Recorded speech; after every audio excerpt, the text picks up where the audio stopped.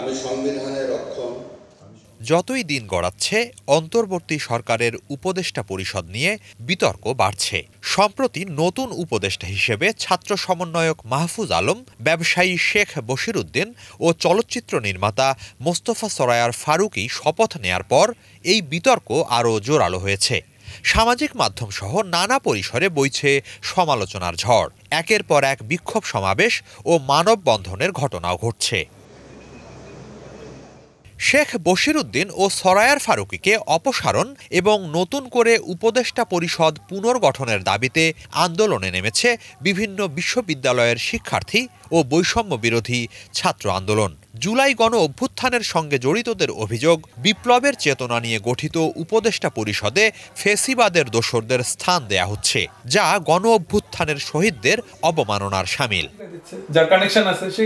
চলমান প্রেক্ষাপট নিয়ে বাংলা ভিশনকে দেয়া একান্ত এক সাক্ষাৎকারে ফ্রান্স প্রবাসী লেখক ও অনলাইন অ্যাক্টিভিস্ট পিনাকি ভট্টাচার্য বলেন, যে যেভাবে লবিং করতে পারছে তাকেই জায়গা দেয়া হচ্ছে উপদেষ্টা পরিষদে। বর্তমান উপদেষ্টা পরিষদ বিপ্লবের আকাঙ্ক্ষা ধারণ করে না দাবি করে তিনি বলেন, গণ অভ্যুত্থান ব্যর্থ হলে যে বিপ্লবীদের ফাঁসি বা জেলে যেতে হতো, মূলত তারাই অন্তর্বর্তী সরকারের উপদেষ্টা হওয়ার যোগ্য। এই যে বশির সাহেব, উনি আর ওনার ভাই মিলে বাংলাদেশের এই পাটের যে ব্যবসা, এই ব্যবসার 60% বেশি এই দুইজন মিলে ব্যবসা করেন, এবং ওনাকে পাট মন্ত্রণালয়ের দায়িত্ব দেওয়া হলো।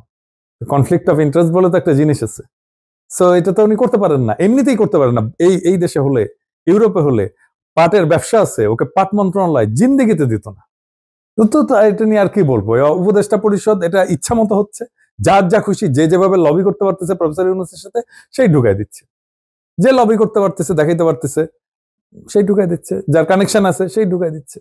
আর কি বলবো, মানে উপদেষ্টা পরিষদ এইটা একটা সার্কাস হয়ে গেছে আর কি। আর কাজ পারে না তো, কেউ কাজ পারে না।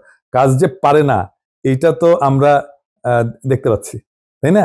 কারো কোনো ভিজিবল কোনো রেজাল্ট নাই। এদিকে ছাত্র জনতার গণ অভ্যুত্থানে ফেসিবাদের তকমা পাওয়া আওয়ামী লীগের আবারও রাজনীতিতে ফেরা নিয়েও বিভিন্ন আলাপ উঠছে। তবে আওয়ামী লীগ আর কখনোই বাংলাদেশের রাজনীতিতে ফিরতে পারবে না বলে মনে করেন পিনাকি। শুধু তাই নয়, যে দল বা যারা আওয়ামী লীগকে ফেরাতে কাজ করবে, জনগণ তাদেরও প্রত্যাখ্যান করবে বলে মনে করেন তিনি। আওয়ামী লীগ বাংলাদেশের রাজনীতিতে আর ফিরতে পারবে না, কখনোই না। হ্যাঁ, এটা ডেড কেস। এখন কেউ যদি জোর করে আওয়ামী লীগকে নিয়ে আসতে চায় তার বিরোধী দল করার জন্য, তাহলে সেটা সে চেষ্টা করলে হয়তো পারতে পারে, কিন্তু এটা ব্যাপক প্রতিরোধের মুখে পড়বে। যে বিপ্লবটা হলো, হাসিনা যে পড়লো, হাসিনার উৎখাতের এক দফা দাবিতে কি ছিল? সেটা ছিল আমরা একটা ব্যবস্থার অবসান চাইছিলাম, যেই ব্যবস্থা এই ফ্যাসিবাদের উত্থান ঘটিয়েছে। তাহলে ব্যবস্থাটা কি ছিল? ব্যবস্থাটা ছিল এই আমাদের ব্যুরোক্রেসি, এই আমাদের জুডিশিয়ারি, এই আমাদের আর্মি, হ্যাঁ, এই আমাদের প্রশাসন, এইটা মিলেই তো এই আমাদের ব্যবসায়ী মহল, হ্যাঁ, এই আমাদের এডুকেশনাল ইনস্টিটিউট, এই সব মিলেই তো আওয়ামী লীগের ফ্যাসিবাদটা উত্থিত হয়েছে, তাই না? তো তারপরে আমাদের সংবিধান। এখন আমরা সবকিছু একরকম রেখে দেব, দিয়ে আমি একটা নির্বাচন চাইবো।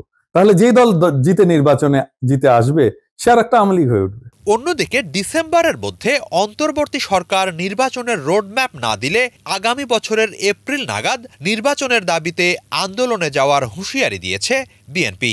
এ প্রসঙ্গে পিনাকি বলেন, ফ্যাসিবাদী ব্যবস্থায় বদল আনার অভিপ্রায় থেকেই শিক্ষার্থীরা গণ অভ্যুত্থানে জীবন উৎসর্গ করেছে। ফলে দরকারি সংস্কার নিশ্চিত করার পরই নির্বাচন দেয়া উচিত। আপনি রোডম্যাপ চাচ্ছেন, বাচ্চাগুলো কি জীবন দিয়েছে রোডম্যাপের জন্য? নির্বাচনে ভোট দেওয়ার জন্য জীবন দিছে? না, কেউ দেয়নি নির্বাচনে ভোট দেওয়ার জন্য জীবন। তার একটা ব্যবস্থার পরিবর্তন চাইছে। সে ব্যবস্থা পরিবর্তনটা হওয়ার মতো বৈষয়িক অবস্থা সৃষ্টি হোক। যদি ডিসেম্বরের মধ্যে এটা হয়ে যায় ভালো, ওয়েল অ্যান্ড গুড, কিন্তু ডিসেম্বরের মধ্যে হওয়ার কোনো বাস্তব পরিস্থিতি নাই কেন? সেটা তো বললাম যে উপদেষ্টা পরিষদ তো ঠিক মতো কাজ করতেছে না, তারা কম্পিটেন্ট না। বিএনপি কে বলতে হবে যে আপনি এই উপদেষ্টা পরিষদ যখন বানানো হয় আপনারা নাম দিচ্ছেন না, আপনারা তো নাম দিচ্ছেন উপদেষ্টার জন্য, তাই না? তো আপনারা তো এগুলোর নাম তো আপনারাই দিচ্ছেন, আপনার মতো অন্য দলও দিচ্ছে। হ্যাঁ, আপনাদের তো দায় আছে এই ধরনের একটা হাঁটু ভাঙা, একটা ল্যাংড়া খোড়া একটা উপদেষ্টা পরিষদ বানানোর জন্য। সেই উপদেষ্টা পরিষদের কাছে চাচ্ছেন এখন তাড়াতাড়ি করে ডেলিগেট দৌড়াবে এখন, চাইলে তো হবে না। উপদেষ্টা পরিষদ ঠিক করেন, বলেন প্রফেসর ইউনূসকে যে আপনি উপদেষ্টা পরিষদ ঠিক করেন, কম্পিটেন্ট লোকদেরকে নেন, পুরো ওভারহল করেন, তারপরে এই বিপ্লবের অংশীদারদের কাছ থেকে আবার রিকমেন্ডেশন নেন। দ্রুত সংস্কার কাজ করতে উপদেষ্টা পরিষদকে ঢেলে সাজানোর পরামর্শ দিয়েছেন পিনাকি ভট্টাচার্য। প্রয়োজনে বিভিন্ন মাধ্যমে জরিপ চালিয়ে জনতার মতামত নিয়ে উপদেষ্টা নিয়োগ দেওয়ার কথা বলছেন তিনি। হিজল জোবায়ের, বাংলাভিশন।